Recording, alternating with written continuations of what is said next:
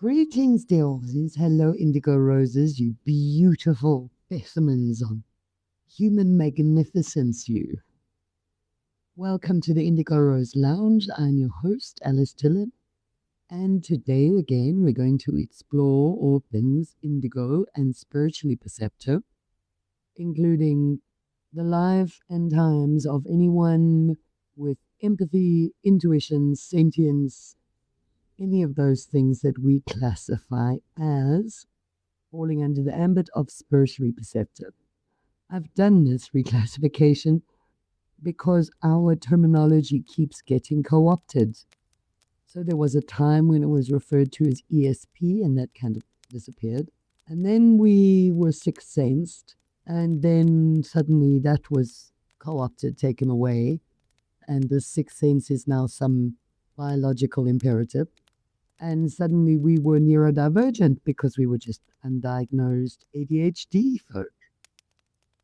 And so as we moved from pillar to post, I think really the shiny bums and the thems don't know what to do with us. They've tried so hard to at least stop our emergence, at least slow it down, at least halt it. I think they know they can't stop us now, but they really tried very hard.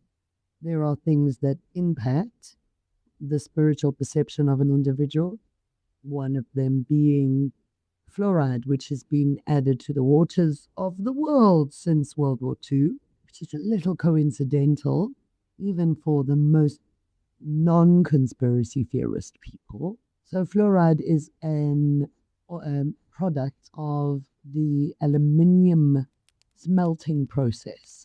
So the idea that a waste product from aluminium smelting process would possibly be a good thing for humans to ingest defies rational thought or discernment.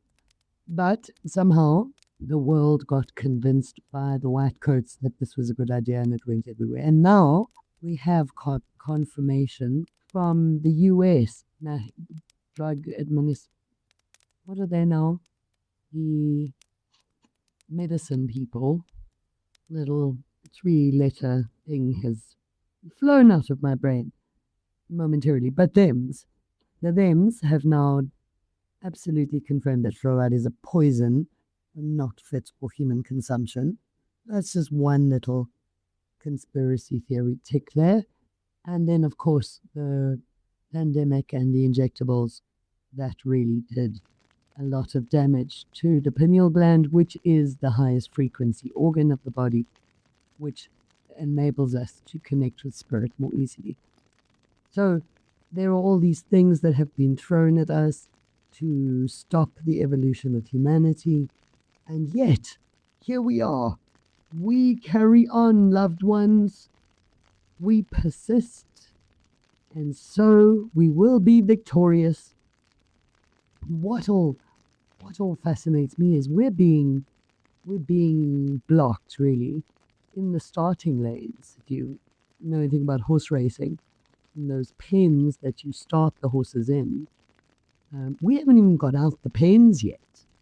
We really haven't. We're standing here in the pens. Those of us who are aware of our sixth sensedness, which I now call spiritual perception, because, yeah, they can have the word. They want to have sixth sense, they can have it. This idea that we're being, every step forward, it's like walking through mud, is like walking through caramel. That idea is all this opposition to our emergence onto the global scale, and feels a bit like, I think they will make movies. I think movies will be made. I do, indeed.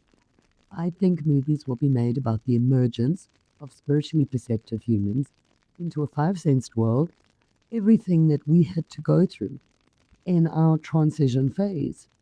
And people who are waking up now are suddenly jumping up and down like this is a new thing. It's not a new thing. This has been going on for 200 years.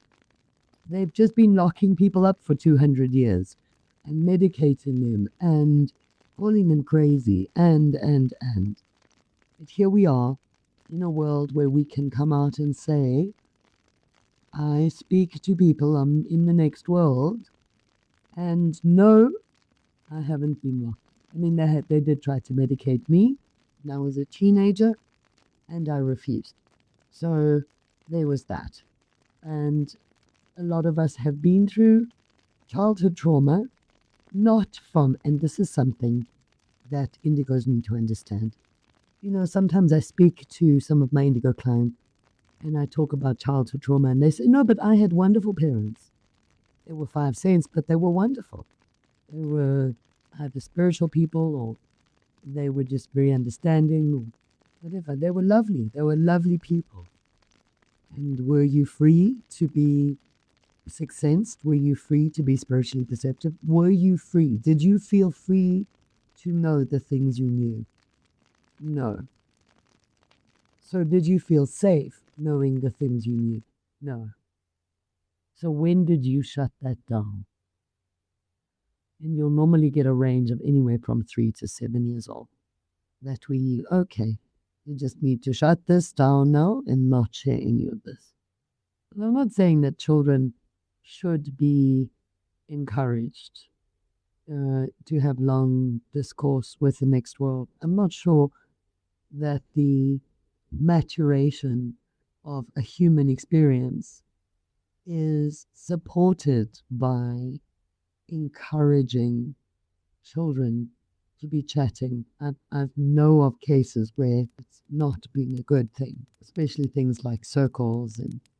But in the natural course of events, in the natural days, my 5-year-old, he's very empathic, he's very succinct, but he witnesses us being and how we handle that.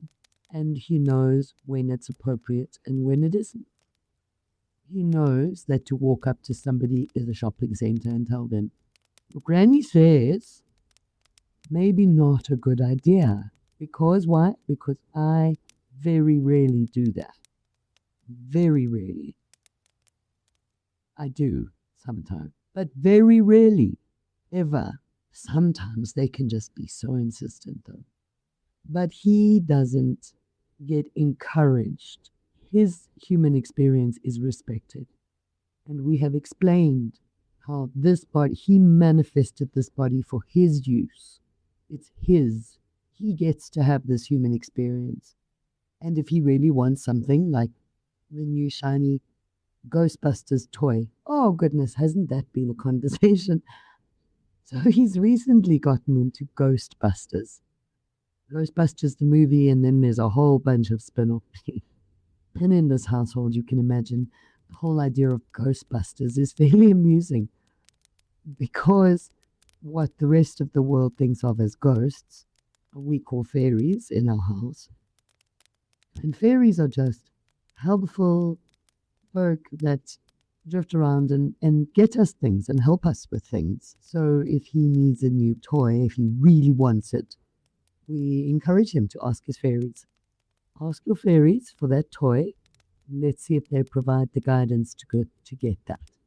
Let's ask the fairies to help with that.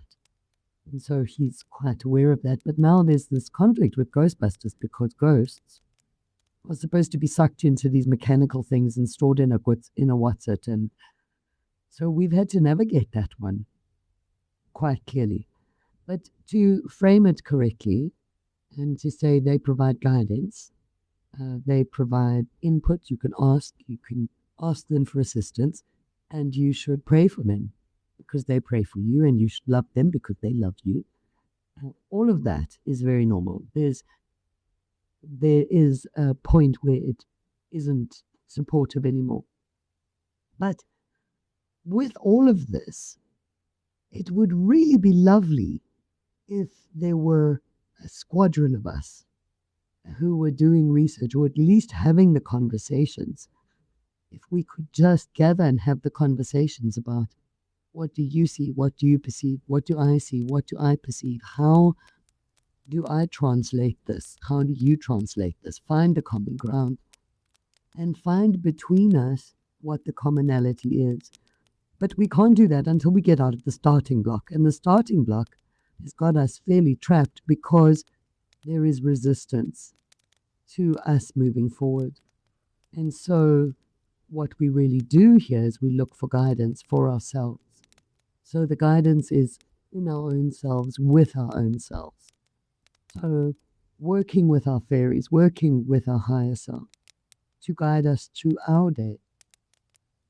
And when people look to me for guidance, my discomfort there is I would really much prefer to help someone connect to their own inner guidance. Dependence on anyone for guidance creates a dependency that's not healthy.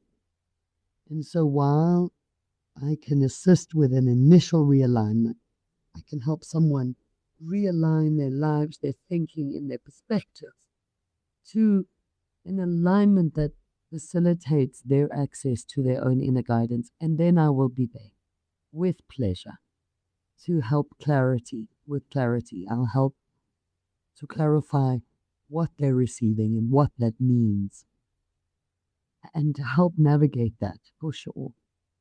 But really, our goal is that you all access your inner guidance, and your inner guidance will be perfect for you. It will guide you to just what you need when you need it. It will open new doors. It will be with you in your days. As you walk through your days, you'll get an impulse to, oh, let me just look in this window. Wow, that's an interesting looking piece of jewelry. Oh no, it's not a jewelry, it's crystal. Maybe I need this frequency in my life. Little hints, little guidances, little nudges here and there. That's ideal. That's perfect. That's when your days are in harmony and everything just takes you to more and better. Some people call it being in the flow.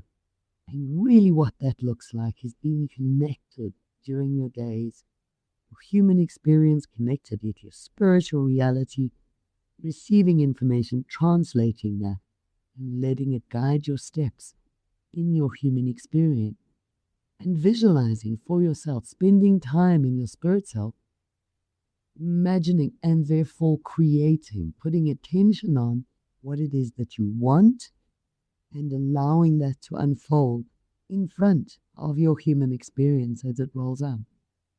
So your own inner guidance, getting you to your own inner guidance, that's beautiful.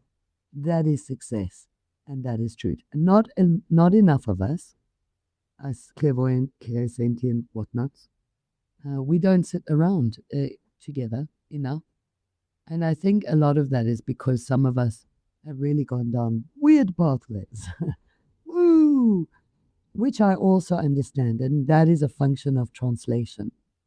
So there almost needs to be a conference on finding common ground, and whether you believe that archangels talking to you or like aliens from another dimension, if we can just align on what the information is that we're receiving, then perhaps we can have a starting place for all of this. But we are better when we are united, and we can have these conversations about what is best for a child, what is good for my sixth sense child to learn and not learn. Don't put them in spiritualist circles, please. Teach them how to share. Let them learn how to bubble. I remember with my little one, before he was 2 years old, anywhere he went, I would hold him in my bubble. I would go out with him. I would keep him in my shields because he was that sensitive, and I saw that. So teaching young parents of indigo children how to best protect their children from trauma, because sometimes trauma doesn't have to look like, or people being barbaric. It can just look like the child feeling unsafe, unheard, and not understood. So for a lot of us, our parents might have been wonderful people, and yet the childhood trauma is still there and still needs to be healed and fixed. And once it does, we can access our inner guidance without that weight. If you can imagine, when our Childhood trauma sits on, if we're a boat on the ocean, childhood's trauma, it's like a weight on the boat. We're skewing our journey, pulling us to one song. It keeps skewing our path. And that's why the imperative to fix childhood trauma, to really clear it and to lift yourself above it. There we go, dear ones. So that's guidance. Guidance can, of course, come in many forms. You can also seek spiritual guidance. There are spiritual writings throughout the course of human history which provide beautiful guidance. And you will know it when you see it. You will know it when you read it. It will feel good. When you find those, treasure them, for sure. For sure. The guidance is everywhere. None more reliable for you than your own inner guidance, your own inner alignment. Because when your inner alignment is spot on, then when you encounter a book or a passage or a prayer that will specifically assist you, you will feel it, you will know it, you'll know this is right for me. And so your own inner guidance is really the best outcome we can possibly hope for. So all of these conversations, everything I post up here, book, everything else, that is to assist you to clear away enough space, to clear away enough noise, to find perspectives that are peaceful, to allow you to access your own inner guidance, which will bring you to joy and love always.